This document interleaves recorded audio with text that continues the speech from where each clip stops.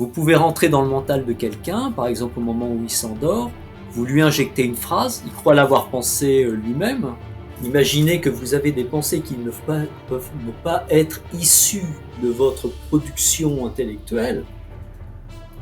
C'est une sacrée douleur pour l'ego et toute votre formation intellectuelle, justement. Donc vous entrez, alors comme les gens ne savent pas, vous comprenez, pour ceux qui savent, c'est un pouvoir incroyable. Donc vous entrez dans la psyché d'une personne qui est en train de penser un machin, vous injectez une phrase, la personne, si ça correspond à tout ce qu'elle a fait, elle va se mettre à penser autour, et comme ça, vous allez faire tomber plein d'informations. Bonjour Pierre-Gilles Pellin Bonjour, bonjour Ying, et bienvenue dans l'émission Esprit français. merci.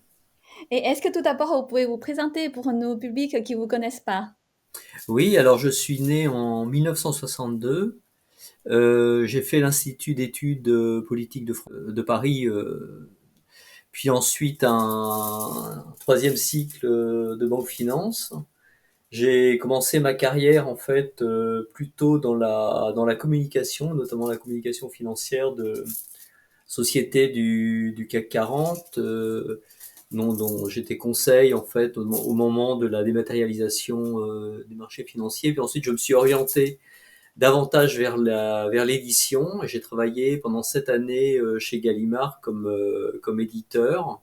Je suis devenu auteur d'ouvrages spécialisés dans l'écologie chez Erol. Ensuite, tout parallèlement, disons que je me suis orienté vers la construction de maisons écologiques en bois. Je suis devenu maître d'œuvre, ingénieur également. Et parallèlement, ce qui n'est pas dit dans cette biographie, c'est que, en fait, assez tôt, j'étais confronté au phénomène OVNI. Si vous voulez, j'ai toujours été intéressé par ce phénomène, mais simplement, je n'en parlais pas parce que j'avais comme souci de ne pas être décrédibilisé en réalité par rapport à mes autres activités. Mais j'ai commencé à peu près, mais même j'ai des souvenirs qui me restent dans mon enfance d'objets que j'ai vus. Et j'ai commencé, disons, une activité d'enquête sur le terrain quand je suis arrivé en Bretagne, dans la forêt de Brocéliande, où ce phénomène, en fait, est très courant. Euh, Quand je dis courant, c'est qu'on en voit vraiment assez facilement si on veut bien se prendre le temps et la peine de regarder le ciel, si vous voulez. Parallèlement à tout cela, on va dire, je me suis découvert un don perceptif, en fait, ce qu'on appelle un don de voyance, qui n'est pas très reconnu en France et dont j'avais tendance évidemment à ne pas parler parce que en fait l'écosystème médiatique et scientifique en France est tout à fait réticent à ce qu'on parle de ça. Alors quand je vous dis un don de voyance, en fait voyance c'est simple, hein. Vous entendez où vous voyez sans être directement face à la personne. Alors ça peut être des échos verbaux en fait, hein, que vous entendez dans un certain état modifié de conscience, en repos ou pardon, avant de se coucher ou en se réveillant, ou des rêves que vous faites. Ou moi, ce que j'avais beaucoup, c'était de la kinesthésie de la sensation de mes interlocuteurs. C'est-à-dire qu'en fait, en réciproque, leur état émotionnel s'imprimait en moi. Ce qui fait que s'ils étaient en colère, je le sentais. Alors par exemple, en colère, j'avais un vertige. Vous voyez. Alors au début, je me suis dit, mais enfin, pourquoi t'as des vertiges dans certaines occasions, etc. Il faut pas avoir consulté un médecin. Et en fait, je me suis aperçu que c'était corrélé en fait à un état de perception en fait des émotions des autres. Quand je tombe amoureux d'une personne, c'est vraiment si c'est un amour ou une attirance vraiment très forte, là vraiment je l'entends en fait. Cette télépathie, je m'en suis aperçu en la développant peu à peu que je l'avais même depuis mon enfance. Vous voyez, j'avais la faculté de tomber en état modifié de conscience et à me mettre en fréquence cérébrale à peu près là où il faut, c'est-à-dire à la frontière alpha-theta. Si on résume, vous êtes constructeur de maisons bio et vous avez ce pouvoir, en fait, ce don de visionner à distance et aussi la télépathie.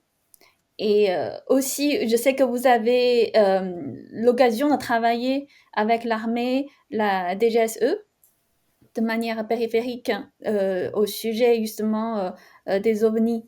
C'est pour ça qu'aujourd'hui, notre sujet, c'est les ovnis, la télépathie et le harcèlement électromagnétique. Donc on va maintenant arriver sur le côté armé, si vous voulez, euh, et service secret, moi, si vous voulez. Moi, du coup, cherchant des informations sur le sujet, je vais m'intéresser à l'écosystème autour des ovnis. Et c'est à ce moment-là que naissent plusieurs petites associations qui veulent donner une lettre, un statut de noblesse à ce sujet, si vous voulez, le faire sortir de l'ésotérisme. Et je pense notamment à l'INRES, à l'IRIS, etc., qui organisent notamment des sessions de formation autour de l'intuition et du développement de la télépathie. Selon des protocoles qui ont été mis en place dans les années 70 à travers d'abord par le renseignement américain en coopération avec l'université de Stanford, qui est toujours active sur le sujet. Ce que je veux dire, c'est qu'il y a un énorme écosystème, enfin pas énorme, un écosystème marginal sur le sujet, mais avec des noms connus, comme la fac de Stanford, mais il y en a d'autres aux États-Unis. Donc il y a des protocoles de ce qu'on appelle le remote viewing, la perception à distance, qui sont établis dans un aller-retour entre scientifiques et visualisateurs doués et voyants doués dans l'armée américaine.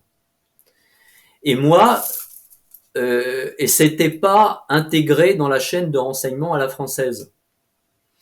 Ils avaient pris conscience dans les années 1930 qu'on pouvait utiliser la voyance pour faire du renseignement.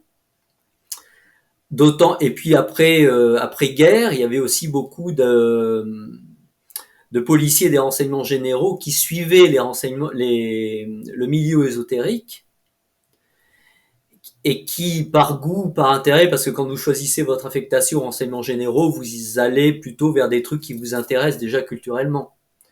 Donc, si vous voulez, ils avaient pris conscience des possibilités de renseignement de la voyance assez tôt. Mais d'ici à formaliser un groupe uniquement dédié à cette recherche, il y avait quand même un pas qu'il fallait franchir.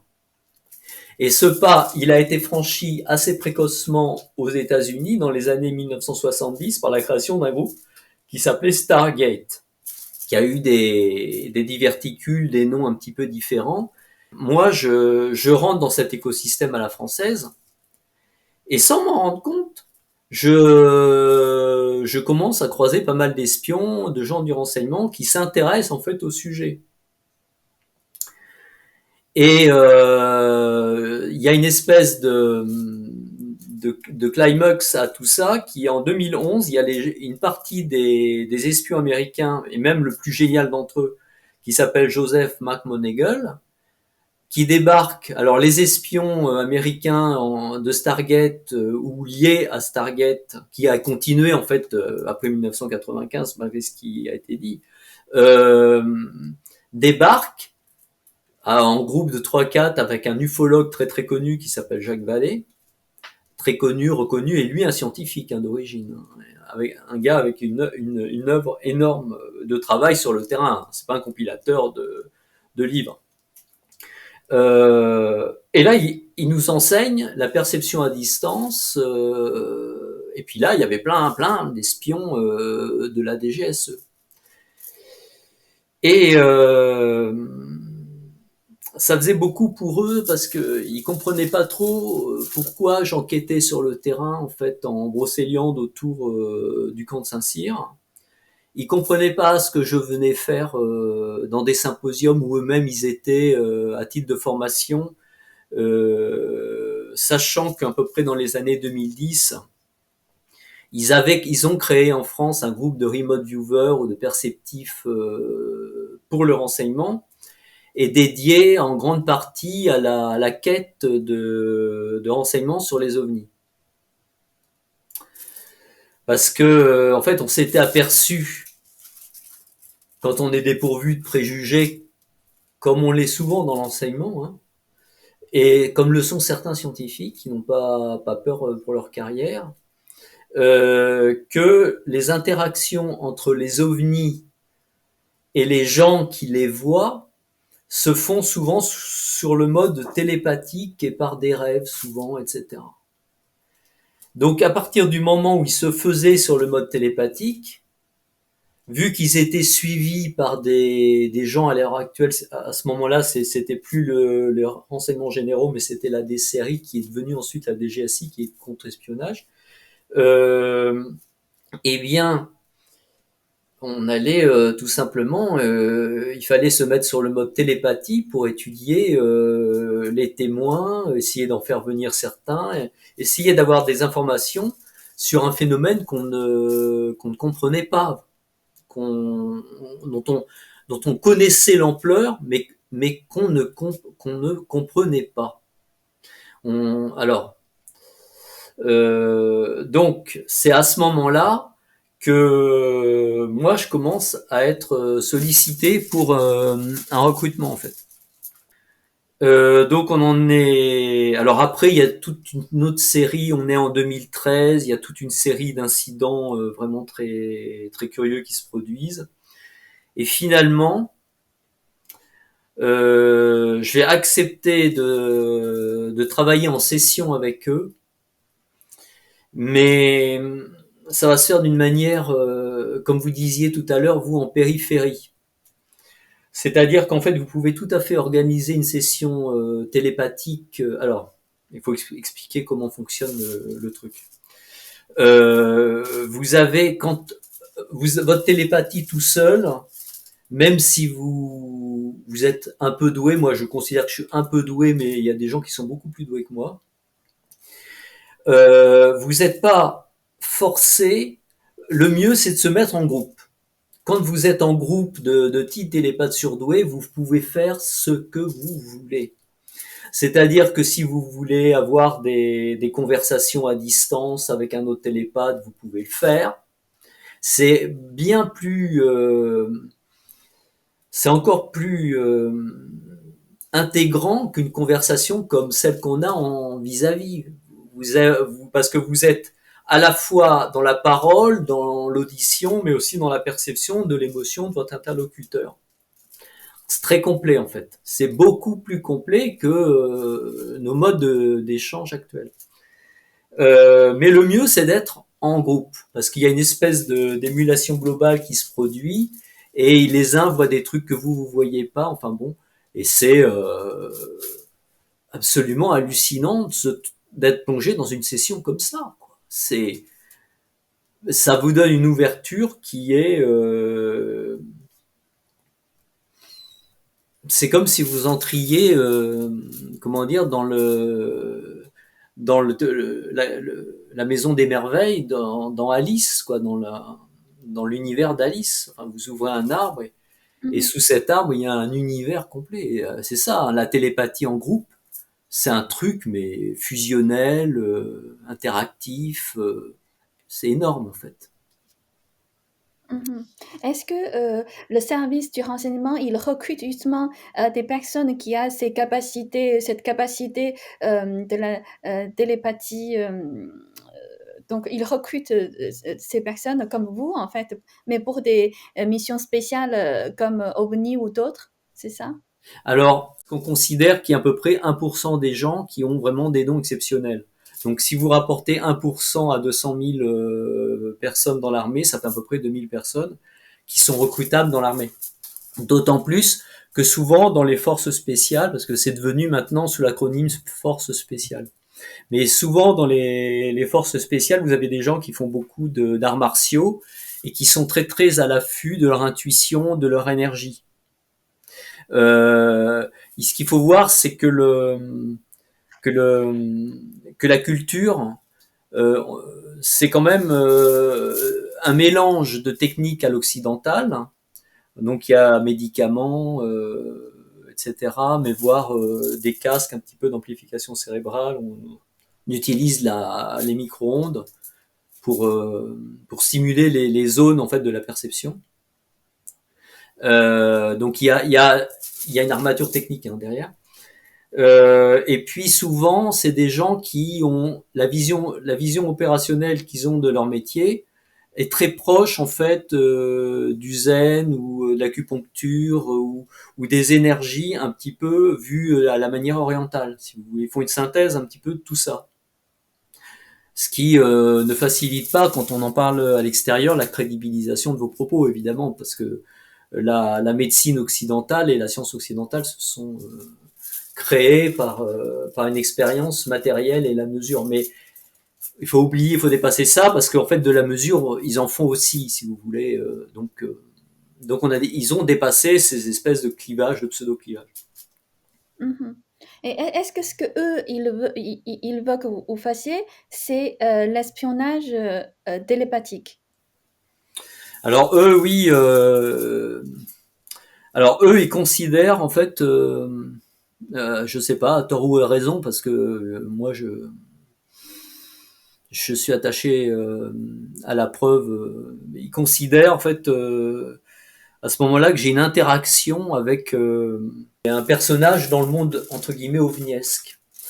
Et que j'ai une interaction avec l'un d'entre eux, ce qui n'est pas inhabituel dans le monde des gens qui ont des interactions avec les ovnis. Après moi mon expérience je suis arrivé à la surmonter, je me suis mis à rencontrer des gens dans le monde de l'ufologie qui rapportaient des liens avec certains personnages dans ce monde ovniesque, je veux dire. Vous voulez dire, ces personnages, c'est des on peut comprendre, ce sont des extraterrestres? Il y a beaucoup de théories qui circulent, qui sont oui, mais alors ils viennent d'une autre dimension, mais ce ne sont pas vraiment matériels. Enfin, en fait, ils sont matériels. Donc, ce sont des gens hein, comme on peut toucher.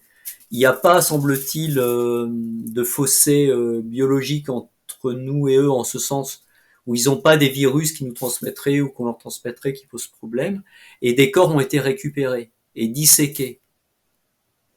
Donc, on a des rapports de dissection extrêmement sérieux. Alors, tout ça, tout ce contexte très factuel, parce que là, quand on parle d'une relation avec un personnage ovniesque, ils sont dans les ovnis. Je vous Mmh. parle de quelque chose qui est mon témoignage personnel, mais je peux pas le corroborer. Ça n'a pas une causalité certaine, on va dire, comme on le dirait en droit. Donc moi, ce que j'ai fait, c'est que j'ai regroupé les données techniques, matérielles, matérialisantes, prouvées, prouvantes, etc., dans un bouquin. Je me permets de vous le montrer, mais qui en fait qui regroupe un cycle d'articles que j'ai mis sur mon blog de Mediapart qui s'appelle les OVNI Papers. Et je l'ai regroupé dans cet ouvrage hein, qui s'appelle les OVNI Papers. Vous avez un substrat matériel vraiment au sujet et à ce que je vous dis. Donc ça, c'est fondé, mais surfondé, hein, je veux dire. Ce que vous, en fait, cet, personnage, c'est le même l'apparence que nous ou c'est Alors totalement non, non, différent? sont pas tout à fait la même apparence. Euh, euh, bon, on en a fait quelques dessins. Mmh. Je peux vous les montrer. Alors, il y a tout un bestiaire en fait qui existe. Et nous, on s'est concentré sur ceux qui revenaient de la manière la plus fréquente. Mhm. Et alors notamment en matière de technologie, parce que souvent les formes, malgré tout ce qu'on peut entendre de ci et de là, souvent les formes reflètent la civilisation, si vous voulez. C'est pour nous les trois personnages principaux qu'on a été amenés à voir. Alors, par exemple, D'accord. eux ont été retrouvés comme corps, en fait, après un crash à Roswell, qui n'est pas du tout une légende. Alors, ce crash n'est pas du tout une légende, hein, je précise. Mhm. Eux ont été vus, par exemple, par des gens qui avaient été enlevés. On voit ces personnages. Donc, c'est un premier Mhm. groupe de personnages, mais qui semblent être associés. C'est ce que Euh, vous avez visionné aussi. Ça correspond à Moi, ce que c'est ce vous que avez j'ai vu. visualisé, oui. Et on a des interactions télépathiques avec eux. Mhm. Ça, c'est une autre grande catégorie. Je le mets comme ça vous aidera. Rien à voir. Donc eux, c'est plutôt aviaire. Ils ont des jambes qui sont pas comme ça, mais comme ça. Et ils sont impliqués dans une affaire d'enlèvement l'enlèvement d'Aravilliers le 10 janvier 1998, qui est célébrissime. Il y a même un contre-amiral qui a enquêté là-dessus et qui a écrit en fait à la suite de ses déductions à Nicolas Sarkozy pour qu'il amplifie la recherche sur les moyens. Parce qu'il y avait, sur les 5 enlevés, il y en avait 3 qui avaient été accrédités secret défense et qui travaillaient à Daverny ou sur les missiles. La question, c'était comment ils avaient été ciblés pour être enlevés à l'heure où ils se rendaient ensemble à un rendez-vous de chasse. Vous comprenez Vous comprenez quel point ça devient fou, ce truc-là. Parce que la télépathie, en effet, ça vous permet de cibler où sont les gens, hein, et d'entendre ce qu'ils disent. Puisque moi, j'ai participé à une session d'écoute d'une personne comme ça. Donc, eux, ils ont cette tête. Beaucoup moins sympa. Enfin, beaucoup moins sympa. C'est ce que nous, c'est ce qui est rapporté par les abductés de 1998, et on les reverra dans une autre circonstance. Mais là, on les aura qu'en visualisation à distance. Les ovnis, c'est-à-dire les extraterrestres, ils enlèvent des gens, ils ciblent des personnes, c'est-à-dire ils enlèvent pas n'importe qui, c'est ça, ils ciblent pour. Alors, on va le faire en deux étapes si vous voulez. Mhm. L'écoute télépathique. Alors, l'espionnage télépathique, on va dire. Là, c'est quelque chose de très facile à faire. Euh, Chaque personne sécrète un endroit sur sa tête, sur son corps, qui le caractérise, qui est un espèce d'affaiblissement électrodermal à un endroit, qui peut être repéré par un test électrodermal. Donc quand on connaît Mhm. cet endroit qui s'appelle la signature, vous avez une signature, et si je me concentrais sur je l'apercevrais, et vous percevriez ma signature. Quand on connaît la signature, mais on peut le faire sans la connaître, mais quand on la connaît, on se branche sur la signature de l'autre personne, elle apparaît sur votre tête, et vous entrez à ce moment-là dans la psyché de la personne et vous l'entendez penser. Mais non seulement vous l'entendez penser, mais vous ressentez ce qu'elle ressent. Alors si elle est dans un état de panique, il est fort probable que le viewer, que le remote viewer, que l'espion perceptif entre lui-même dans un état de panique. C'était un des grands problèmes limitatifs du projet Stargate. Il fallait que l'espion il se retire pour retrouver son calme et revienne Mhm. ensuite. Et c'est tout est bon. Donc on entend parfaitement. Donc l'idée d'espionner les ovnis, c'était d'identifier pour eux. Bon, au départ, moi je l'ignorais, hein, parce que moi j'étais plutôt là en tant que source. J'étais pas là en tant qu'agent. C'est-à-dire j'étais pas payé, j'avais pas un statut officiel. Et c'est ça qui a posé des problèmes et qui fait qu'aujourd'hui je parle. Euh, donc eux, leur problème, c'est qu'ils voulaient cibler une individualité dans ce monde des ovnis qui est, on va dire, des professionnels des fausses images, de la création de mondes imaginaires ou illusoires, etc.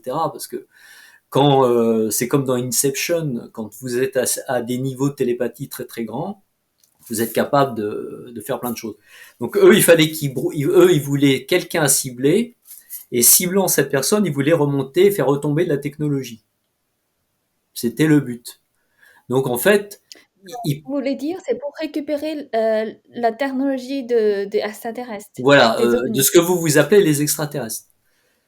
Mais eux, ils se gardent bien d'appeler ça des extraterrestres, parce que si vous lisez les rapports du Pentagone ou toutes les productions des services de renseignement, ils ne mettent pas que ce sont des extraterrestres. Ils disent, ils ne disent pas que ce sont des extraterrestres. C'est quoi alors? C'est plus subtil.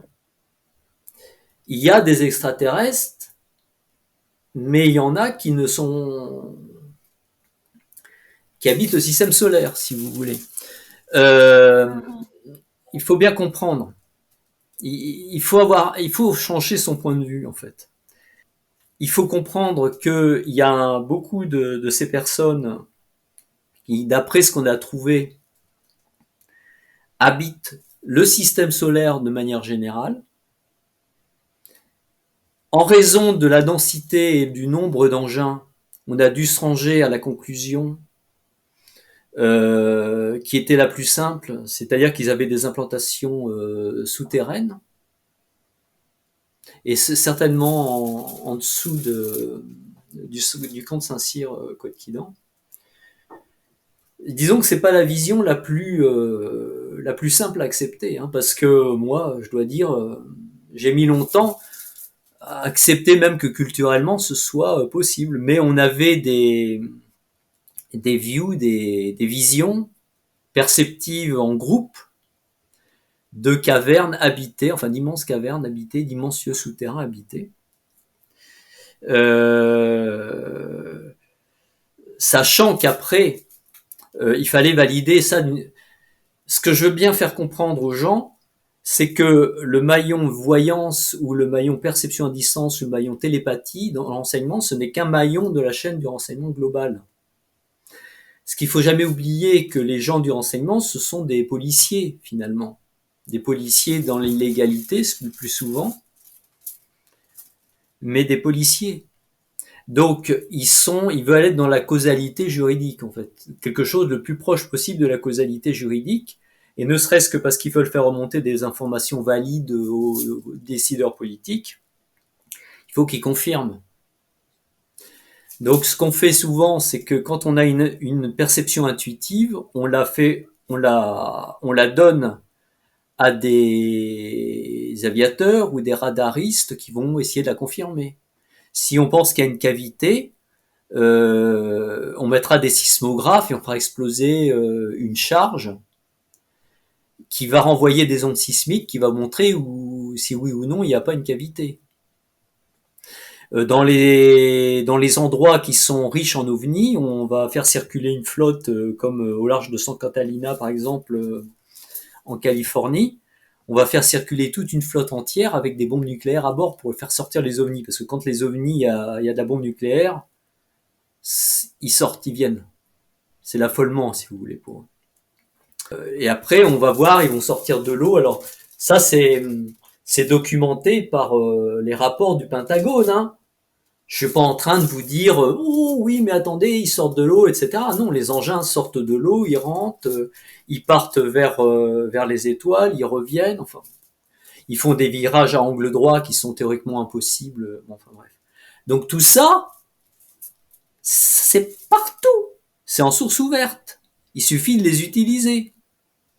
L'espionnage intuitif est une source fermée, mais qui est corroborée par les sources ouvertes. C'est aussi simple que ça, en fait. Mmh. Est-ce que, bah, justement, comme vous dites, DGSE, c'est pour protéger la nation, en fait, c'est pour la sécurité, nationale et est-ce que, ces ovnis, extraterrestres, sont en train de menacer, C'est pas ce qu'on a observé, c'est pas trop dans leur truc de dominer en fait. maintenir le corps humain. C'est comme il s'intéresse vraiment au corps humain.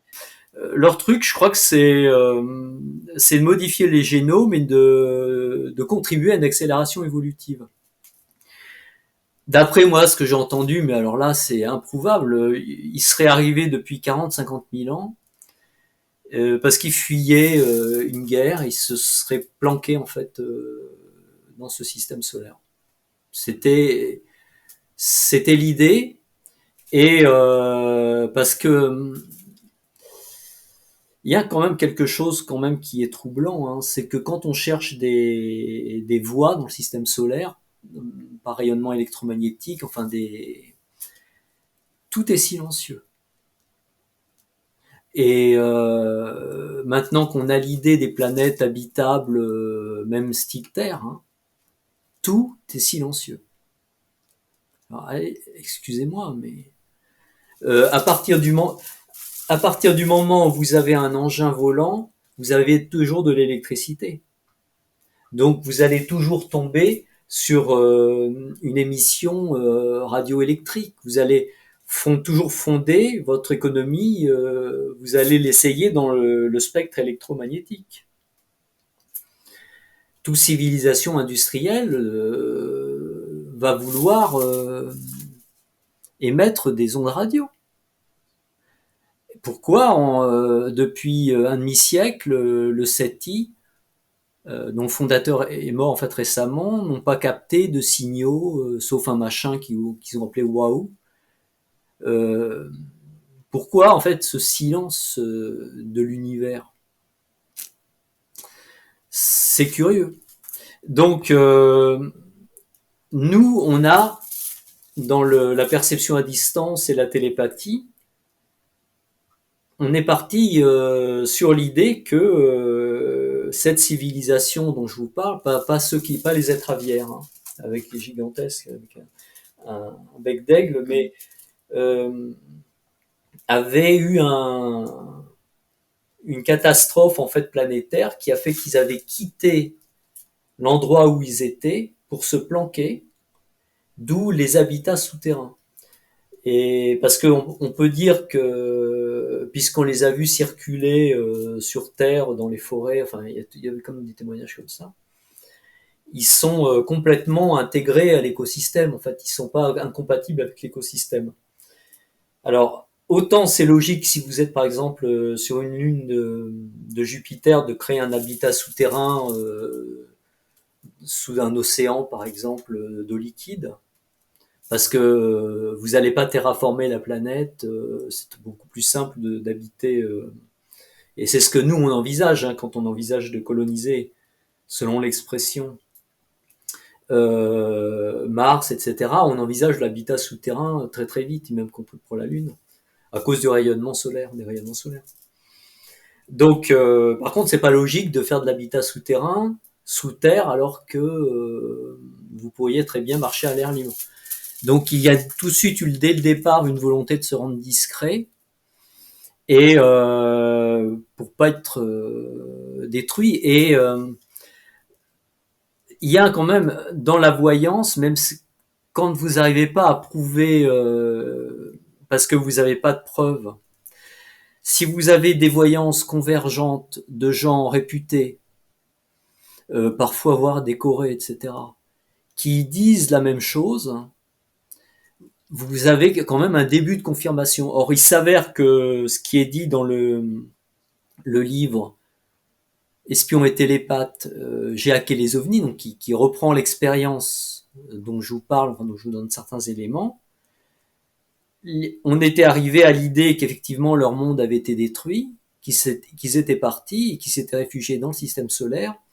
Et un espion le plus célébrissime qui existe, qui s'appelle Joe McMoneagle, considérait, lui, après des views qu'il avait réalisés sur Mars, et qui étaient des views qu'on a fait également, parallèles, mais sans concertation, que cette civilisation avait un trauma qui lui rappelait le trauma des Juifs après l'extermination par les nazis.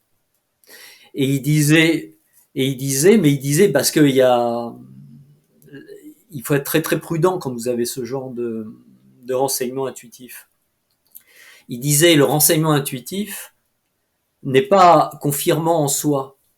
Il dit pas si c'est une situation de guerre qui existe, une situation de guerre qui a existé et dont le trauma a subsisté dans les générations.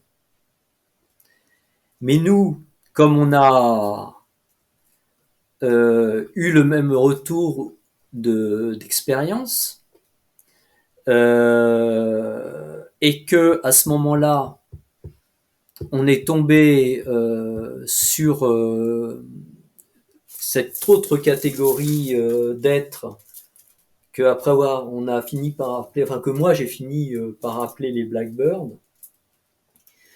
qui étaient présents dans l'enlèvement d'Aravilliers, etc. Donc c'était une autre catégorie de, vous savez, les 5 personnes, dont 3 accréditées secret défense en 1998, dans un village du Val d'Oise au cours d'un rendez-vous de chasse. Donc je vous ai montré, vous savez, des dessins assez malhabiles, on voit. On les a eus en vision également au moment de l'enlèvement, de la disparition de la MH370 du vol de la Malaysian Airlines en 2014. Et ça, c'était lié aussi à la perception d'un stress post-traumatique. Donc on les a vus 2 fois et on sait qu'ils sont pas amis avec les premiers. Donc on en a conclu qu'effectivement, eux, les Blackbirds, étaient des vrais extraterrestres, mais que les 3 catégories que je vous ai montrées étaient plutôt, on va dire, des solariens, si ce terme existe. Mais il existe, enfin comme néologisme, il existe, comme terrien, et il existe. Aucune des civilisations dont je vous parle n'est une civilisation non télépathique. Toutes ces civilisations sont télépathiques. En 1998, l'enlevé d'Aravilliers, il rappelle une conversation télépathique qu'il a eue avec une des entités qui l'a enlevé. Moi, j'ai un ami qui a assisté en fait au passage d'un triangle sur Nantes. Et donc l'objet est sorti en fait de son portail au-dessus de l'aéroport de Nantes. Il a fait un demi-cercle au-dessus de Nantes en suivant vraiment très exactement les courbes de niveau. Et il est rentré dans un portail à nouveau après le pont de Cheviré. Bon. Et quand il a voulu prendre son appareil photo pour le photographier, il a une douleur cérébrale tellement violente qu'il n'a pas pu le faire. Ce qui ne nous arrive jamais, nous, avec nos ovnis en Brocéliande. Donc, à partir du moment où il y a une prise de possession en fait cérébrale, parce qu'en fait c'est possible, à un certain niveau de télépathie, c'est possible. Et nous, on l'a vu en tant que groupe de viewers humains, on a vu que c'était facile de manipuler les gens. Parce que et on est par rapport à notre niveau de compétence, il est quand même assez faible par rapport à eux. Je vous donne juste un exemple. Si vous voulez un renseignement et que la personne que vous ciblez n'est pas avertie de la possibilité d'être ciblée psychiquement, écoutée psychiquement, parce que ça se sent. Vous pouvez rentrer dans le mental de quelqu'un, par exemple au moment où il s'endort, vous lui injectez une phrase, il croit l'avoir pensée lui-même, puisque selon le cartésianisme, je pense, donc je suis, et toutes nos pensées sont issues de nos propres pensées. Donc ça, c'est un truc en France, mais dans le monde entier. Imaginez que vous avez des pensées qui peuvent ne pas être issues de votre production intellectuelle. C'est une sacrée douleur pour l'ego et toute votre formation intellectuelle, justement. Donc vous entrez, alors comme les gens ne savent pas, vous comprenez, pour ceux qui savent, c'est un pouvoir incroyable. Donc vous entrez dans la psyché d'une personne qui est en train de penser un machin, vous injectez une phrase, la personne, si ça correspond à tout ce qu'elle a fait, elle va se mettre à penser autour, Et comme ça, vous allez faire tomber plein d'informations, C'est-à-dire le groupe de perception à de distance, percepteurs à enfin, distance. ouais, c'est ça, percepteur. C'est-à-dire ce groupe de percepteurs, ils ont la capacité de changer la pensée. C'est comme dans le film Inception, c'est-à-dire il Inception, peut implanter une pensée. c'est plus simple que dans le film Inception, en fait. Parce que même dans le film Inception, ils ont une petite technologie qui font ça. Mais enfin, maintenant, les armées ont aussi cette technologie, c'est des technologies d'amplification cérébrale. Et on peut balancer aussi sur la cible un rayonnement électromagnétique qui va la rendre plus vulnérable à l'intrusion. Euh, mais oui, alors, il y a quand même un bémol à tout ça, c'est que vous pouvez entendre ce que dit quelqu'un, vous pouvez générer une pensée, vous pouvez espionner ses pensées, mais quant à changer sa philosophie, sa culture, ça non, vous pouvez pas. Et pour le retourner, il faut l'avoir à sa disposition physiquement. Parce que là, vous êtes capable d'exercer un chantage, etc., ou faire changer ses valeurs. Dans l'emprise, dans l'emprise d'un groupe, dans l'emprise physique d'un groupe de renseignement, vous pouvez retourner quelqu'un, mais vous pouvez pas injecter des phrases qui vont lui changer son idéologie. Parmi les missions spéciales de ce groupe de percepteurs, ça vous arrive de justement essayer de modifier la pensée de la personne ou implanter des autres informations ou récupérer certaines informations secrètes que vous voulez avoir. C'est plutôt, je dirais que c'est plutôt récupérer des informations parce que en fait, vous avez en fait les groupes de viewers, en fait, ils sont pas très nombreux. En France, vous savez, euh, vous avez beaucoup de technologies militaires, mais c'est un peu, c'est pas du prêt-à-porter, c'est de la haute couture. Vous avez 70 canons César, mais vous en avez pas un de plus, et il faut 2 ans pour en faire. Enfin, je caricature. Un obus, pareil, César. Alors du coup, le nombre de viewers en France, il n'est pas énorme. Il doit être au-dessous de 50. Et dans le monde, je pense qu'il ne doit pas y avoir plus de 500 personnes qui font ça dans le renseignement. Donc, euh, donc, il n'y a pas des moyens de... Il y a que des moyens de faire du renseignement, mais il y a d'espionner, mais il n'y a pas... Il faut, pour changer quelqu'un psychiquement, il faut être en nombre, euh, il faudrait que ce soit vraiment un processus qui implique quantitativement des moyens vraiment considérables. Par exemple, le gouvernement aux États-Unis, ils ont déjà confirmé justement l'existence des ovnis et des extraterrestres. Mais pourquoi en France ce sujet est censuré? Alors, je pense que de la part de Donald Trump, il y a eu la volonté, c'est lui qui a donné 6 mois à la fin de son mandat au service secret américain de dire ce qu'ils avaient à dire, de dire tout ce qu'ils savaient sur les ovnis. Donc je pense que de sa part, la volonté, c'était de mettre un peu de semer le désordre dans l'establishment washingtonien. Et puis il y avait une certaine peur identitaire aussi. Parce que qu'est-ce que ça veut dire pour l'identité ou la culture humaine, une telle proximité avec... Alors il y a ça, il y a le fait que, comme on arrive à un certain degré de connaissance du sujet, maintenant, il va passer dans l'industrie. Donc, euh, c'est important parce que le reconnaître pour un investisseur, c'est comprendre qu'il va pouvoir orienter son investissement plutôt que dans une propulsion chimique, une autre propulsion. Donc ça, c'est important pour pas faire de grosses erreurs d'investissement. La troisième chose, c'est qu'ils pensent qu'il va y avoir une guerre. Donc en fait, ils comprennent que s'ils commencent pas à le dire maintenant, comme les États quand même ont facilement la possibilité de nous dire complotistes, mais des complots, eux, ils en font tout le temps. Mais c'est pas leur idéologie, par contre. Mais ils en font tout le temps. Mais il y a un moment donné, s'ils commencent pas à sortir les informations, la parole publique va être complètement dévaluée. Déjà qu'elle n'est pas très évaluée, mais qu'elle est en dévaluation, elle va être encore plus dévaluée. Donc ça, c'est 4 raisons motrices fondamentales. Alors, pour la France, la France, déjà, c'est une démocratie blessée. C'est-à-dire où il y a beaucoup de lois sur le renseignement, le tracking des individus, les écoutes téléphoniques, très facile à faire.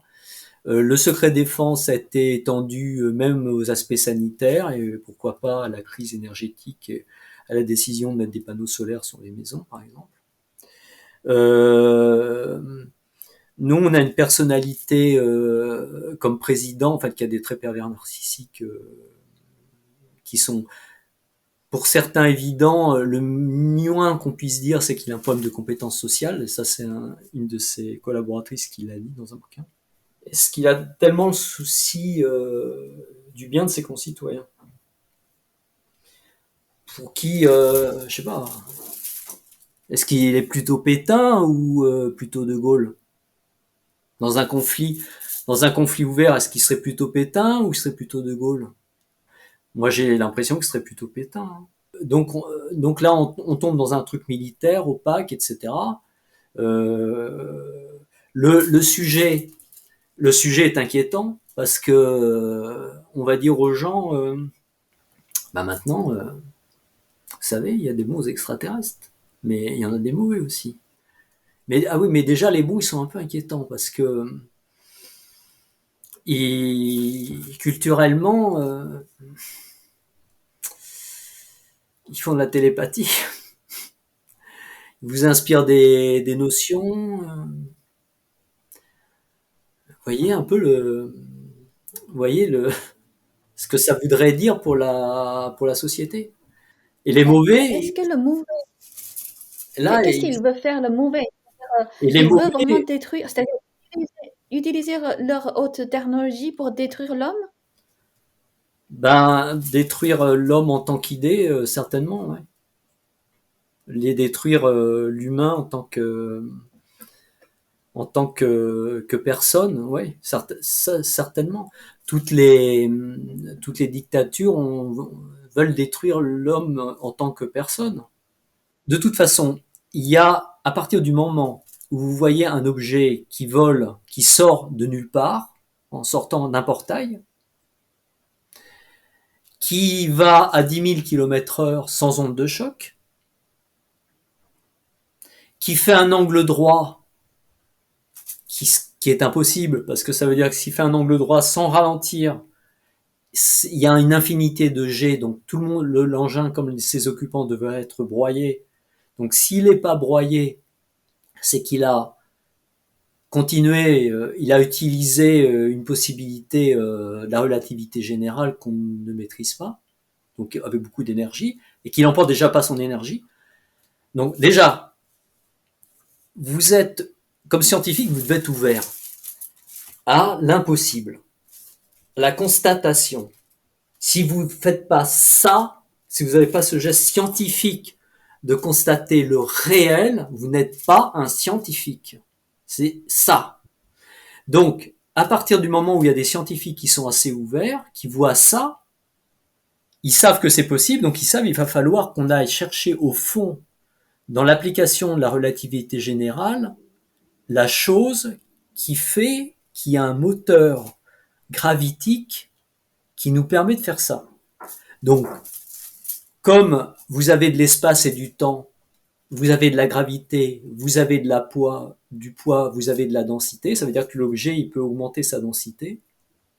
Donc, il contrôle sa chute dans le dimensionnement même, dans l'espace-temps lui-même, si vous voulez, donc il joue avec le temps, il joue avec son temps.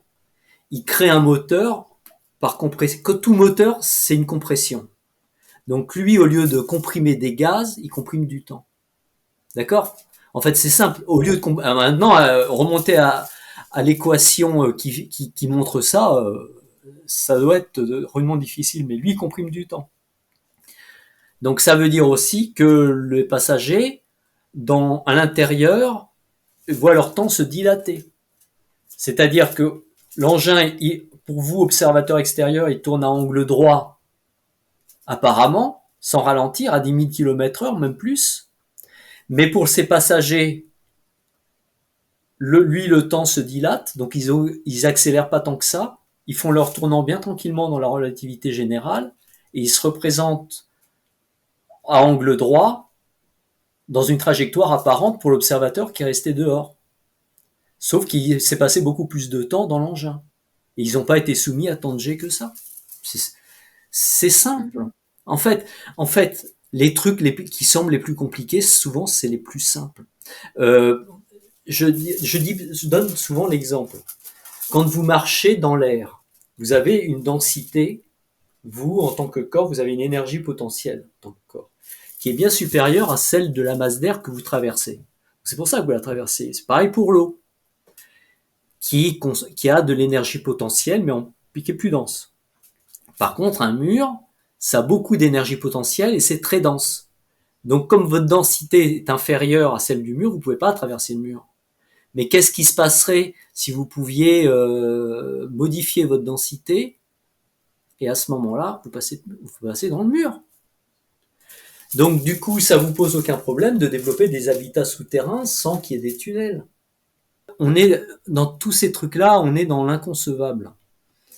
Alors, on est socialement dans l'inconcevable, pour des êtres qui ont une apparence quand même très différente de nous. Et ça, déjà, c'est un choc culturel. Parce que prenez n'importe quelle personne sur Terre, c'est un choc culturel. Le jour où il voit quelqu'un comme ça devant lui. L'autre choc, ça va être que le télépathe qui va avoir en face de lui va tout savoir de lui. Or, nous, on est structuré sur le mode secret, c'est-à-dire qu'on a plein de petits secrets qu'on croit très importants et qui souvent nous créent plein de névroses, voire de psychoses. Et en réalité, quand on est télépathe, on est très très tolérant par rapport aux souffrances, aux traumas psychologiques des autres. Parce que on sait que c'est hyper relatif et que ça n'a pas lieu d'être. Mais quand vous allez être confronté, vous, en tant qu'individu, qui vous êtes construit et défendu autour d'une névrose, le fait que l'autre va voir votre névrose, vous allez considérer ça comme un viol et un trauma. Oui, j'aimerais savoir, est-ce que du coup, tout ce que vous dites en fait, justement, tout ce qu'on a déjà découvert, est-ce que c'est-à-dire tout ça, on peut remettre en cause notre science? Et en fait, elle a besoin d'être approfondie, mais de pas être remis en cause. Ce qui, par contre, a besoin d'être remis en cause, c'est le scientisme. C'est la croyance en la science matérialiste et matérialisante.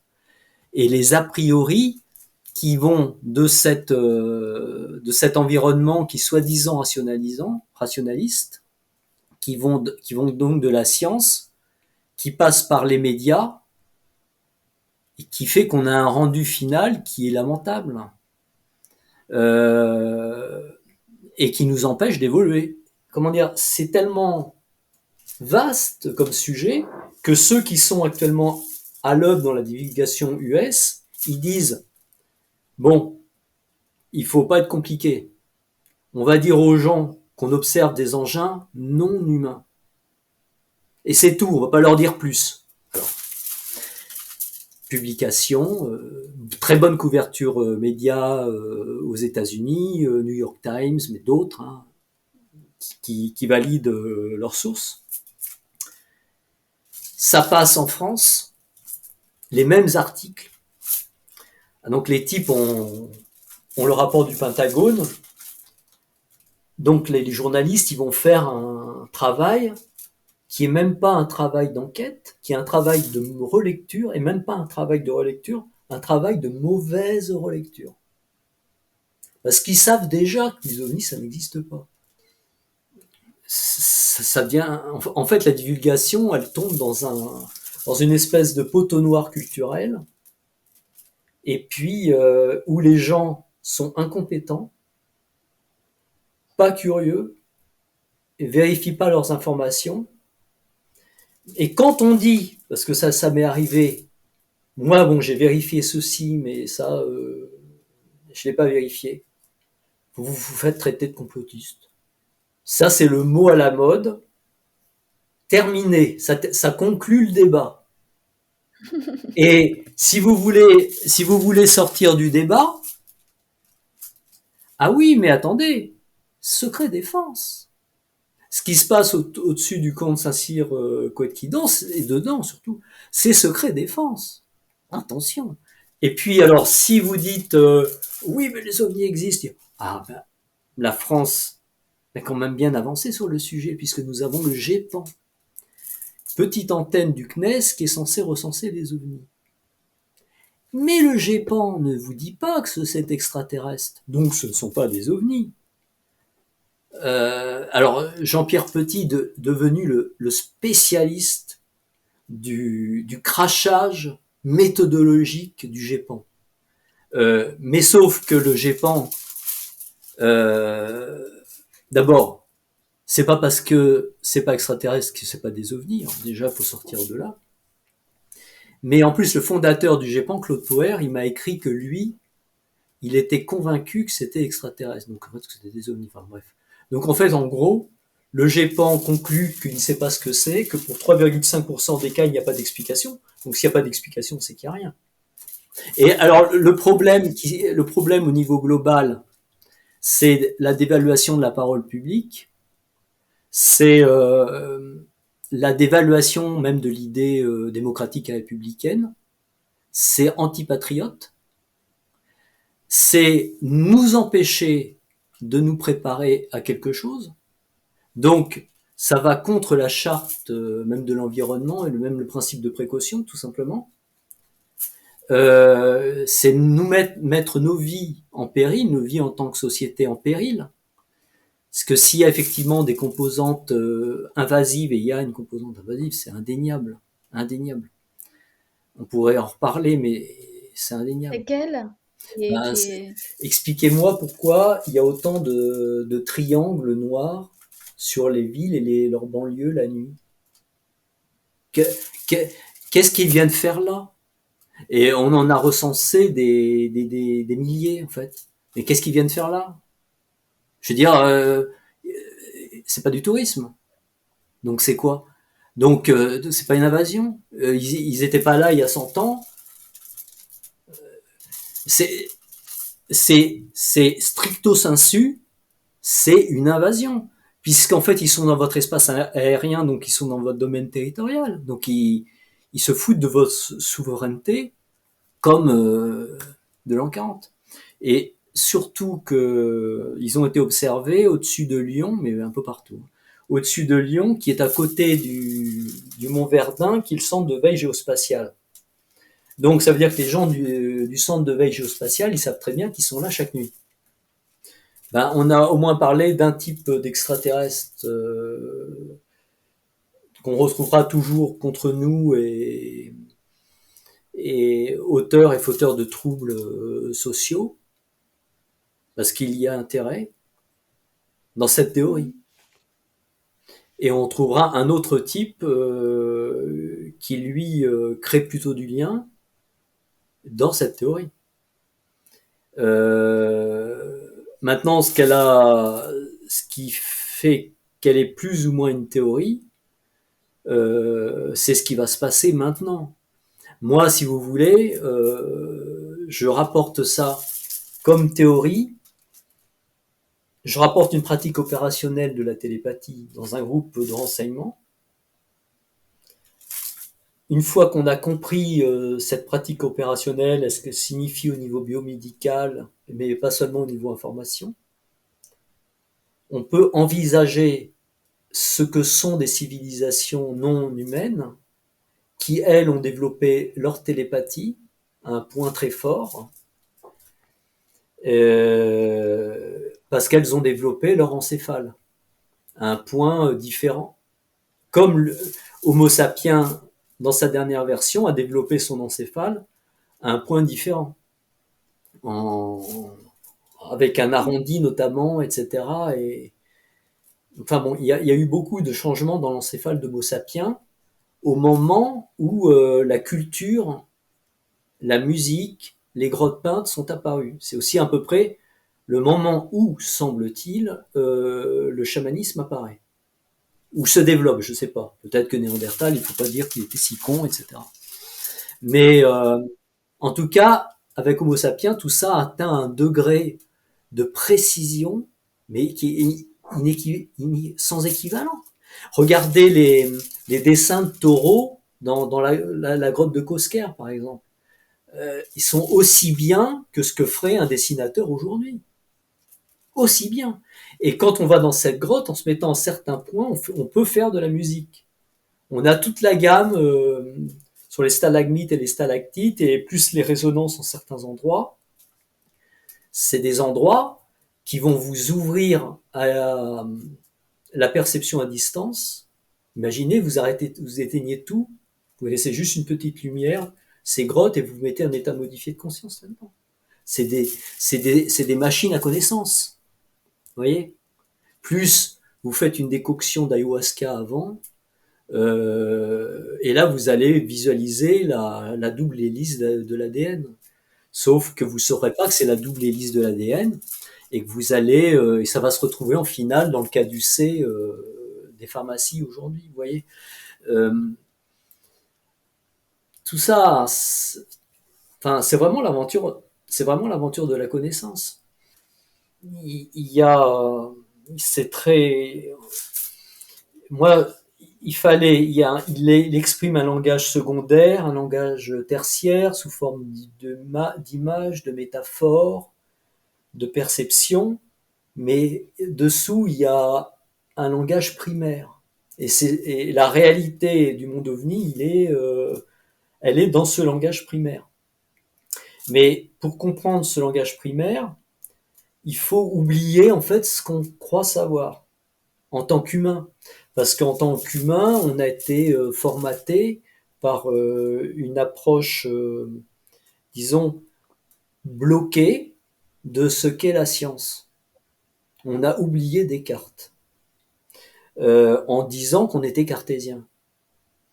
On a réduit Descartes à la bêtise de ses a priori. Et c'est des a priori culturels qui sont devenus a priori culturels de masse. OK. Et quel message parce que vous êtes en communication avec, enfin, télépathie, et quel message que vous avez reçu? Alors, déjà, premièrement, en contact. C'est mon témoignage. Donc moi, je dis pas que je suis en contact. Je rapporte certains faits. Voilà. C'est à vous de le dire, et en l'occurrence, la preuve reste à faire. Alors maintenant, d'après ce que moi j'ai pu entendre, effectivement, ils pensent qu'on va droit à une apocalypse et qu'on est vraiment à la limite et que dans les, ça va très vite basculer maintenant. On a, moi je suis pas le seul à dire ça. D'autres personnes que j'ai croisées et qui disent être en contact, donc je dis toujours qu'ils disent être en contact, on reliait toujours ce message d'une catastrophe imminente.